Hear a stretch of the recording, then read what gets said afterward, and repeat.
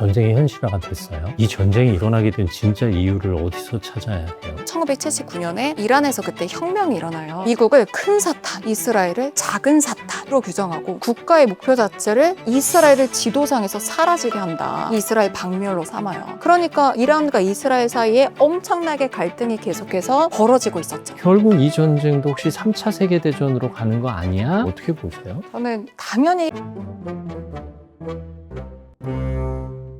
여러분 안녕하십니까? 책이 삶이 되고 삶이 책이 되는 시간 책과 삶, 책과 사람의 김재훈입니다. 요즘 유가가 치솟고 있습니다. 지구 반대편에서 일어난 일이 우리 삶에 이렇게까지 큰 영향을 미칠 줄은 몰랐습니다. 그 이야기, 중동 이야기 나눠보겠습니다. 대한민국 최고의 역사 일타 강사 이다지 선생님과 함께합니다. 어서 오십시오. 네, 안녕하세요. 구독자 여러분께 인사 부탁드립니다. 지금 현재 한국사, 세계사, 동아시아사 통합사회를 가르치고 있는 역사 강사 이다지입니다. 만나서 너무너무 반갑습니다. 선생님이 유명하신 건 알았지만 강의를 들을 기회는 없었거든요. 그런데 이번에 내신 책으로 큰 도움을 받았습니다. 말 그대로 최소한의 세계사를 잘 정리해내셨더라고요. 어떤 마음으로 쓰셨어요? 일단 저는 이 재밌는 걸 나만 알고 있을 순 없다. 사실 그런 생각을 많이 했었거든요. 너무 정보가 많이 넘쳐나는 시대잖아요. AI 같은 경우에도 뭐 한 개를 쓰는 게 아니라 뭐 두 개, 세 개씩 쓰고 있는 시대인데 희한하게도 정보가 넘쳐나고 지식이 넘쳐나는데 세상을 이해하는 게 더 어렵다는 얘기를 정말 많이 들었어요. 왜 그럴까를 생각을 해보니까 지식들이 다 파편화돼서 있는데 이거를 뭔가 하나로 꿰뚫어줄 수 있는 맥락이 빠져 있는 거예요. 역사에 딱 맥락이 담겨 있잖아요. 이 맥락을 통해서 현재를 정말 잘 볼 수 있는 안경 같은 책을 만들고 싶다는 생각으로 책을 썼습니다. 역사는 현재를 바라보는 안경이다. 저도 책을 좋아합니다만 이렇게 역사의 흐름을 꿰뚫는 책은 정말 오랜만에 본 기분이에요. 그래서 제가 파편적으로 알고 있던 조각을 마치 퍼즐 맞추듯 이게 이 시대였지, 이 사람이 이 사람보다 먼저였구나 하는 좋은 깨달음을 얻었습니다. 이 책을 어떤 분들이 읽으시면 좋을까요? 저는 세계사라고 하는 영역이 내가 지적인 만족감을 얻기 위해서 세계사를 공부하는 게 아니라 정말 그냥 사치제가 아니라 필수제라고 생각이 들거든요. 지금은 사실 우리나라의 상황에만 관심을 가져서는 살아갈 수가 없잖아요. 과거를 통해서 현재를 보고 분명 이제 정말 격변하는 시기에 저는 한가운데 서 있다고 생각을 해요. 지금의 시점이. 이 시점에서 미래를 이제 바라보고 싶은 분들에게 정말 도움이 될 거라고 생각합니다. 사실 시사 문제를 떠나서 하다못해 여행을 가더라도 좀 알고 가야 하는 부분이 아닐까. 유명 관광지를 가서 소개문을 읽더라도 이 정도 흐름은 꿰뚫고 읽어야 그 내용이 귀에 들어오지 않을까 하는 생각도 했습니다. 최근에 3년 동안에 이렇게 내가 세계사 질문을 많이 받아본 적이 있나 싶을 정도로 주변 사람들한테도 많이 받았던 게 주식 이제 어떻게 되는 거야? 왜 싸우는 거야? 이제 주식 투자를 하시는 분들이 많으니까 다들 현실적인 부분에서도 이제는 꼭 알아야만 하는 부분이 된 거예요. 그런 분들에게 너무 도움이 될 것 같아요. 선생님은 어쩌다 역사를 가르치게 되셨어요? 역사는 흔히 생각해서 다 암기해야 된다고 생각을 하잖아요. 그런데 저는 역사만큼 외울 게 적은 학문이 없다는 생각을 했어요. 오히려. 어떤 학문을 공부를 할 때 감정을 막 이입해서 하기가 어렵잖아요. 그러니까 수학에서 감정이 들어가긴 하죠. 왜 이렇게 이해를 못하지? 짜증이 나죠. 맞아요. 근해공식 막 이러면서 하지만 역사는 감정이 담기잖아요. 저희 한국사 할 때 일제강점기 할 때 가슴이 뜨거워졌다가 세계대전 볼 때 막 유대인들의 참상을 생각하면서 슬퍼했다가 역사는 보면은 그냥 똑같은 인간이 그 시대 속에서 했던 선택의 결과들이잖아요. 내가 그 시대에 감정이입을 해서 이해하지 못할 일이 없다라는 생각으로 역사를 전공을 하고 가르치게 됐고요. 저는 역사가 너무 재밌는 부분이 이 앞에 있는 사건이 뒤에 있는 사건의 원인이 돼서 또 결과가 되고 이 결과가 다시 원인이 돼서 결과가 되고 그 사건의 퍼즐을 막 맞춰서 이어가다 보면은 오늘 아침 뉴스가 되는 거예요. 이 연결의 재미를 꼭 알았으면 좋겠다. 그러면서 역사를 가르쳤던 것 같아요. 요즘 청소년들이야 역사 공부 왜 해 하면 시험 과목이니까요 라고 얘기하겠지만 어른들은 역사를 왜 공부해야 할까를 지금 충분히 설명하셨어요. 이 세상을 바라보는 눈을 키우려면 해야 된다. 이 책 한 권이면 세계사 능력 시험 가볍게 볼 수 있지 않을까 하는 생각을 해봤습니다. 중동 얘기를 좀 해보죠. 이게 지금 중동 정세를 이해하려면 일단 종교 이야기를 해야 하는 거죠. 제가 이 부분을 말하는 게 굉장히 조심스러워요. 거의 종교는 화라산 같은 부분이거든요. 그래도 제가 아주 쉬운 비유를 들어서 얘기를 해드리면 이제 한 집안에서 같은 아버지 밑에 세 형제가 나오게 됐는데 모두 다 아버지가 정통으로 인정한 건 나야 라고 얘기를 하는 상황이라고 말씀을 드리고 싶어요. 유대교가 먼저 있었어요. 있었고요. 인류 역사에서 빼놓을 수 없는 사건이죠. 예수의 탄생을 기점으로 해서 역사 속에서 아예 시기를 나누잖아요. 예수의 탄생으로 거기서 기독교가 탄생하게 되고 한 600년 정도 지나서 7세기에 무함마드가 거기서 다시 이슬람교를 이제 창시하게 되면서 이 세 종교가 서로 계속 싸우게 되는 갈등도 저는 한 집안이기 때문인 것 같아요. 그러니까 불교랑 크리스트교는 서로 너무 다르잖아요. 아예 서로 얘기하는 바가 다르구나 생각할 수 있는데 같은 핏줄은 서로를 왜 저런 얘기를 하는 거야? 라고 하면서 더 이해하기 어려운 것처럼 심지어 같은 핏줄이라고 하면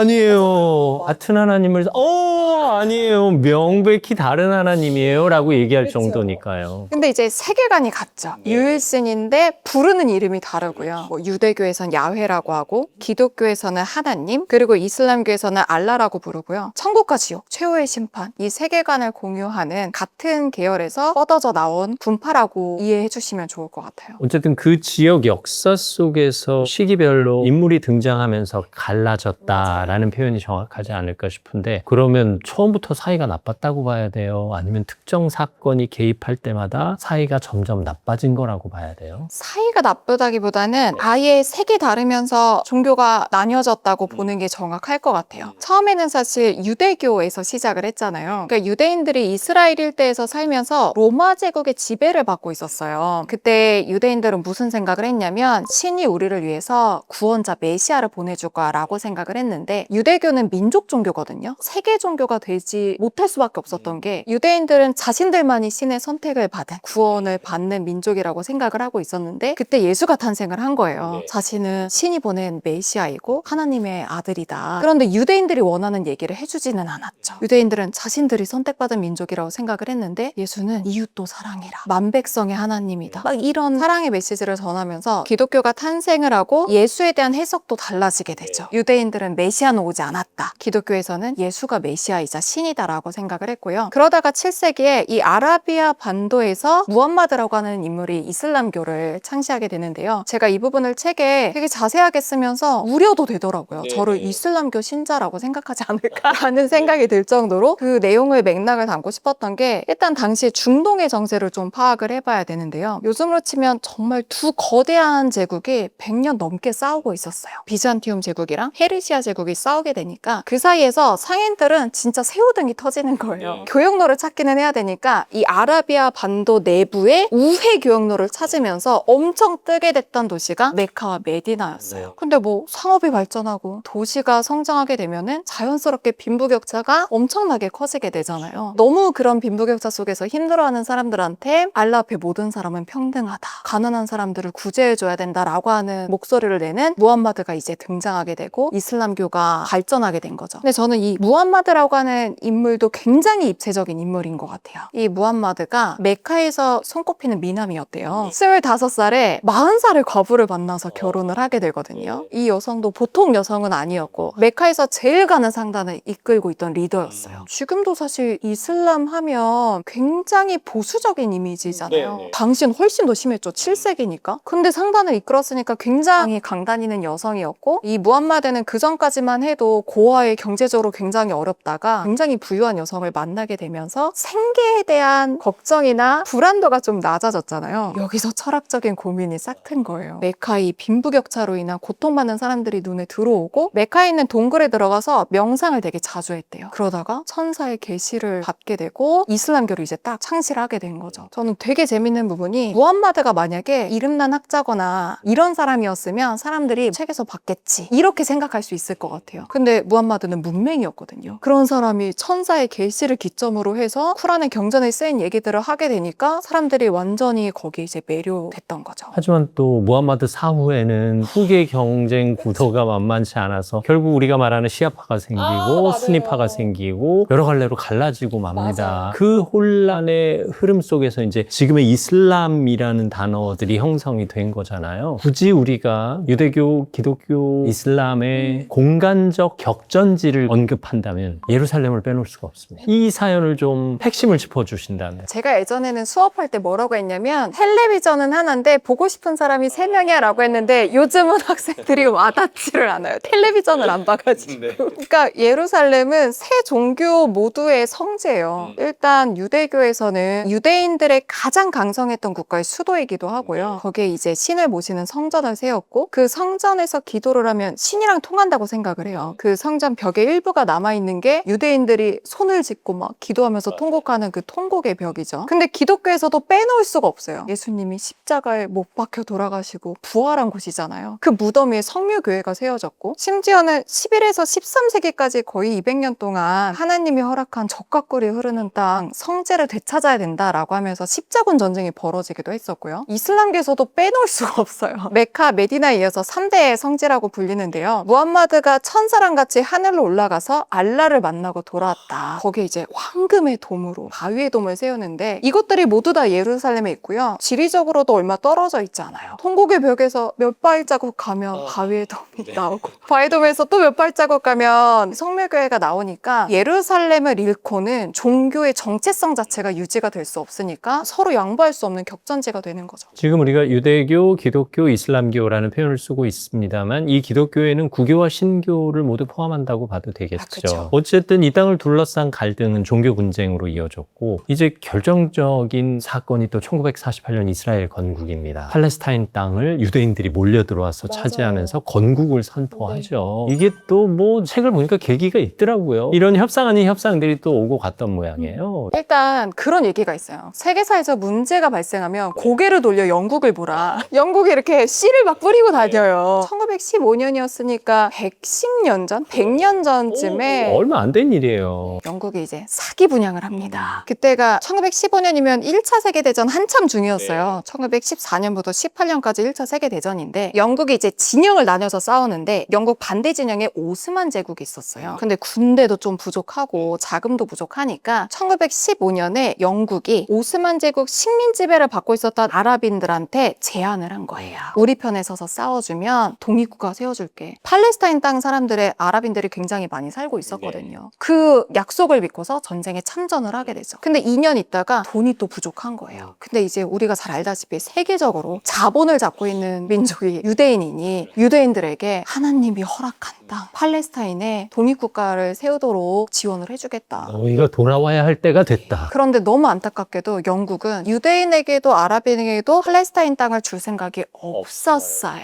프랑스랑 둘이 나눠 가지려고 했죠. 1차 세계대전 끝나고 난 다음에 이제 어떻게 되는 거야 라고 했을 때 유야무야 지나가다가 2차 세계대전이 또 터져요. 그때 독일 나치에 의해서 유대인들이 600만 명 이상이 학살을 당하잖아요. 그때 좀 유대인에 대한 동정 여론이 생 거예요. 저 사람들 너무 불쌍한데 저 사람들 국가 생겨야 되는 거 아니야? 그 분위기 속에서 1948년에 이스라엘의 국가를 선포를 하게 되는데 팔레스타인 땅에는 이미 팔레스타인 지역에 살고 있었던 아랍인들 비롯해서 100만 명 이상이 살고 있었어요. 그 사람들에게 갑자기 여기서 나가 살라라고 하는 얘기를 하니까 이슬람교를 중심으로 해서 아랍 국가들이 연대해서 이스라엘에 대항해서 싸우는 여러 차례의 중동 전쟁이 이제 일어났던 거죠. 이스라엘이 아랍 국가들에게 둘러싸여서 위기를 맞던 그 한때 이란이 이스라엘을 도와준 적이 있었잖아요. 저는 그 장면 당시를 기억하거든요. 이란과 이스라엘이 지금은 전쟁을 벌이지만 이 모습이 1979년을 기점으로 완전히 달라졌어요. 우리가 지금 생각하는 이란은 굉장히 강력한 이슬람 신정체제의 국가이지만 1979년 전에는 팔레비 왕조라고 하는 왕조가 있었어요. 근데 이 팔레비 왕이 완전히 친미 성향의 인물이어서 셔츠 입고 양복 입고 부인은 파리에서 명품 쇼핑하고 막 서구화에 앞장섰던 그런 인물이었거든요. 당연히 미국과 이란이 우호적인 관계, 친미 성향의 정부였으니까 미국의 친구였던 이스라엘과도 연대를 할 수가 있었고요. 당시엔 또 사실 상황이 달랐던 게 중동의 지도를 그려보면요. 이스라엘을 중심으로 해서 이 아랍 국가들, 이집트, 사우디아라비아 이런 나라들이 둘러싸고 있어요. 근데 이스라엘 입장에서 아랍 국가들 뒤에 보면 딱 이란이 있거든요. 그런데 이란은 아랍 국가가 아니에요. 아랍인이 아니라 페르시아인들이고 언어도 아랍어가 아니라 페르시아어를 쓰고요. 그리고 실제로 이란과 아랍 국가들이 사이가 그렇게 좋지도 않았어요. 그러니까 적은 나의 친구가 되잖아요. 서로 이제 아랍 국가들을 견제해보겠다라고 하는 생각으로 정말 둘도 없는 단짝 친구였던 시기가 그때까진 이어졌던 거죠. 하지만 서로를 지금 반드시 없애야 할 적으로 규정하게 됐단 말이에요. 이게 결정적 사건을 언급하신다면 1979년을 빼놓을 수가 없죠. 세계사에서 사실 빼놓을 수가 없는 사건인데 이란에서 그때 혁명이 일어나요. 그 전까지만 해도 친미 성향의 왕정이 유지가 되고 있다가 그 왕도 사실 굉장히 부패를 했었고요. 비밀경찰 동원해서 반대파도 막 이렇게 처단하는 작업들도 했을 때 프랑스로 망명 갔던 이슬람 성직자 호메인이라고 하는 인물이 있어요. 이 사람이 몰래 카세트 테이프에다가 설교로 녹음해서 이란으로 보내고 이게 막 확산이 되어 나간 거죠. 원래 이슬람의 본래의 가르침으로 돌아가야 된다. 근데 이슬람 성직자 사회도 친미 성향의 서구화에 대해서 불만을 가지고 있는 사람들이 많았어요. 당시 여성들 히잡도 벗어버리고 미니스커트도 허용하고 술집도 허용하고 하면서 이 이슬람 성직자들 중심으로 해서 동요가 되면서 1979년에 완전히 혁명이 일어나게 됩니다. 그래서 우리가 알고 있는 이슬람 신정국가가 마련이 되는데요. 신정국가는 사실 정말 찾아보기 힘들잖아요. 신의 권위로 통치하는 국가니까. 종교적 지도자가 정치적 권력을 장악하는, 우리가 이거 한국사에서 고조선 단군왕검 제정일치에서 봤던 내용의 옛날 이야기로만 맞아요. 이거의 현대판이 이제 이어지게 되고 완전히 180도 달라지게 됩니다. 미국을 큰 사탄, 이스라엘을 작은 사탄으로 규정하고 국가의 목표 자체를 이스라엘을 지도상에서 사라지게 한다. 이스라엘 박멸로 삼아요. 그 이스라엘도 굉장히 압박을 느꼈던 게 9년 혁명 이후로 이란에서 시아파 무장 세력들을 엄청나게 지원을 해줬어요. 시아파랑 수니파로 이슬람 세계는 또 진영이 나뉘잖아요. 간단하게 말씀드리면 시아파 같은 경우에는 무함마드가 죽고 난 다음에 후계자가 무함마드의 핏줄이 돼야지라고 생각하는 게 시아파고, 무함마드의 핏줄이 아니더라도 능력 있는 사람이, 실력 있는 사람이 전통과 관습에 따라서 될 수 있지가 수니파인데, 이 수니파가 전체 한 85% 정도, 시아파가 소수죠. 15% 정도인데 이란이 시아파의 종주국이에요. 수니파의 종주국이 사우디아라비아예요. 두 나라의 패권 다툼도 정말 말도 못할 정도로 큰데, 시아파 세력을 지원해주면서 큰 세력들이, 이 연대가 된 세력이 팔레스타인의 하마스, 레바논의 헤즈볼라,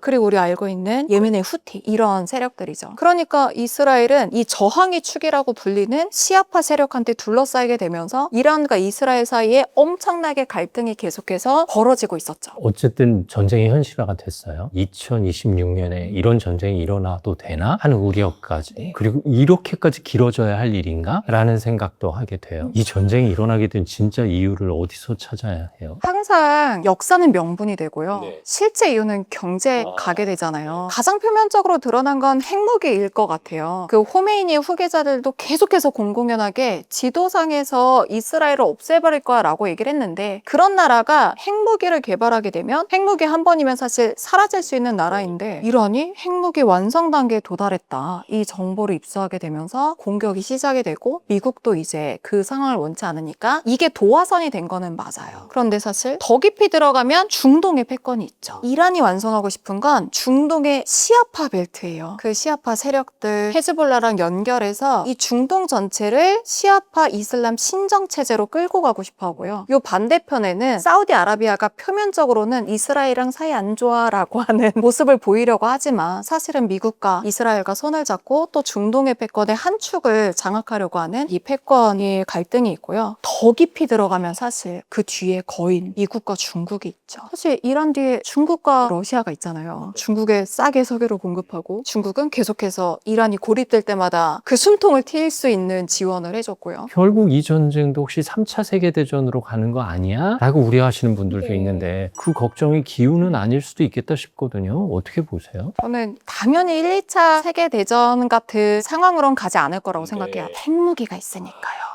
역사학에서 이거를 공포의 균형이라고 말하는데, 핵무기를 보유하고 있는 나라들이 있잖아요. 북한이나 미국이나 러시아나 이런 나라들이 사실 핵을 사용하면 그냥 인류 전체의 멸망이니까 그걸로 인해서 균형이 맞춰지고는 있죠. 근데 사실 우리가 세계대전이라고 하는 말을 쓰지 않을 뿐이지 분쟁의 세계화는 엄청나게 확대되고 있죠. 사실 지금 세계 곳곳에 전쟁이 안 일어난 곳이 없잖아요. 유럽을 보면 러시아, 우크라이나 전쟁, 사실 우리 가까이에서는 동아시아 세계에서는 대만 해협을 둘러싸고 항상 긴장이 있고요. 이스라엘, 가자지구, 이란과의 전쟁, 이게 각계전투처럼 보이지만 사실 내부를 들여다보면 진영의 축이 또 나뉘잖아요. 뭐 우리가 적극적으로 가담을 하고 있는 건 아니지만 진영을 나눠보면 미국이나 뭐 유럽연합이나 아니면 호주나 일본이나 우리나라 같은 자유민주주의 세계에 또 진영이 있고, 북한이나 중국이나 러시아나 이란 같은 축이 또 이제 나뉘어져 있잖아요. 우리가 신냉전 시대를 지금 가고 있는 거예요. 미국과 소련이 나뉘어서 싸우고 하고 있는 것처럼 또 진영이 나뉘어져 있고 그 진영을 또 선택해야 하는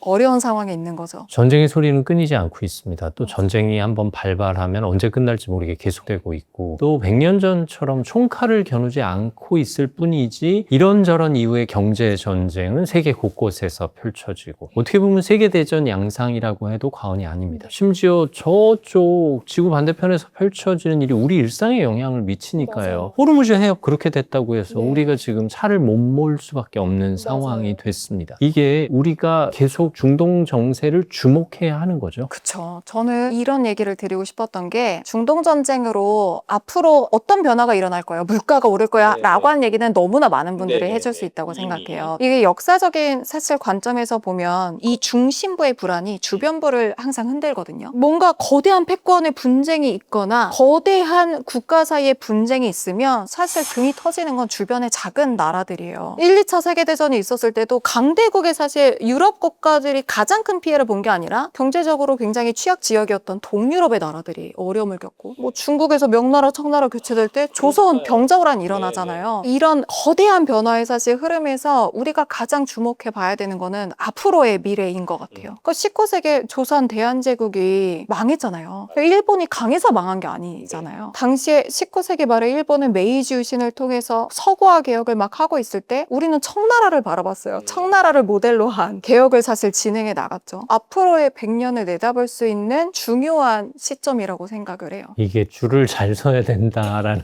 그 진부한 표현을 우리가 이 자리에서도 해야 하는 거군요. 제가 통합사회에서도 에너지랑 관련된 얘기를 되게 많이 하는데요. 사실 석유가 굉장히 중요한 자원이고 본격화된 거는 근 한 100년 정도가 석유의 시대잖아요. 사실 중동의 갈등이 우리한테 더욱더 알려주는 거죠. 이제 에너지와 관련된 미래의 계획을 세워야 된다. 그리고 이제 공급망 전쟁으로 나가잖아요. 이 진영의 축에서 우리 같은 작지만 똘똘한 나라는 어느 쪽에 서야 하는가를 깊이 있게 고민해 봐야 되는 때 같습니다. 요즘 국제 뉴스가 폭주하고 있습니다. 많은 국제 정세 전문가들이 이 상황을 분석하고 있는데 오히려 역사 선생님에게 이 얘기를 들으니까 뭔가 이해 폭이 조금 넓어지는 느낌이고 숲속에서 나무 몇 그루를 찾아가는 그런 느낌도 받았습니다. 사실 요새 AI에 물어보면 1, 2초 만에 답이 나오잖아요. 그럼에도 불구하고 최소한의 세계사는 읽어줘라. 그 이유를 다시 한번 말씀해 주시면서 마무리를 하겠습니다. 우선적으로 세계가 알수록 선명도가 달라지잖아요. 하물며 여행을 가도 제가 최근에 베트남을 갔을 때 통일 기념일이었어요. 다른 사람들은 왜 이렇게 팝업부스가 많지 생각하지만 베트남의 역사를 아는 사람에게는